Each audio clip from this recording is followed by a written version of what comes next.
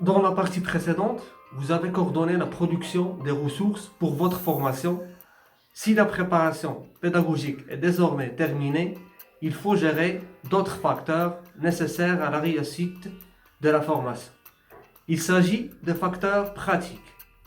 C'est l'objet de la phase d'implémentation que nous allons aborder dans ce chapitre. L'implémentation, c'est un terme plutôt anglophone.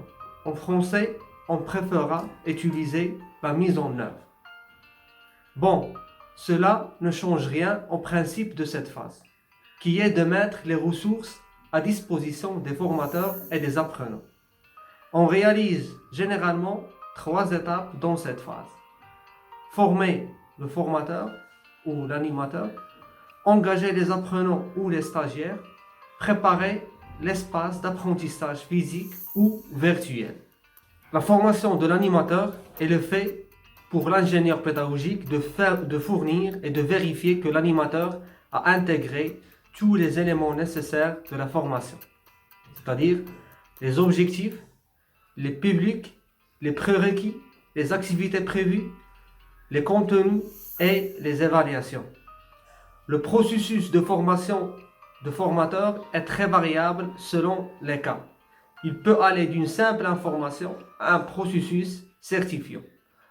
En tout cas, n'oubliez pas que le formateur ou l'animateur sera celui ou celle qui délivrera votre formation. Le formateur est donc un acteur essentiel de la qualité de la formation. Les formateurs ne sont pas les seuls intéressés dans la formation. Ils ne sont efficaces que si les stagiaires sont, eux aussi, bien préparés. Et c'est l'objectif de l'engagement.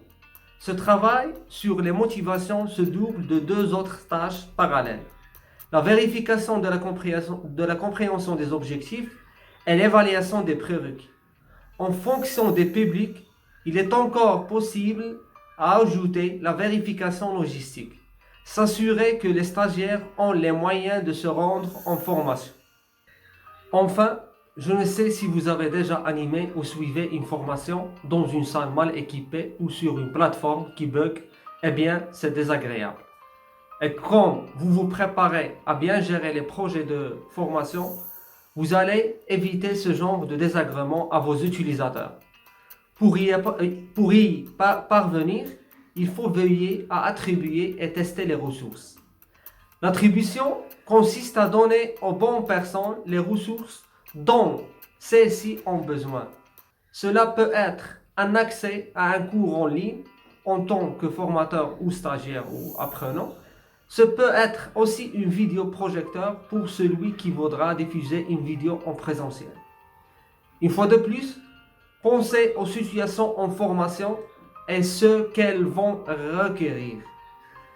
Sur cette phase d'implémentation, peut-être aurez-vous la chance d'avoir à vos côtés un assistant de formation qui gérera certains de ces aspects logistiques.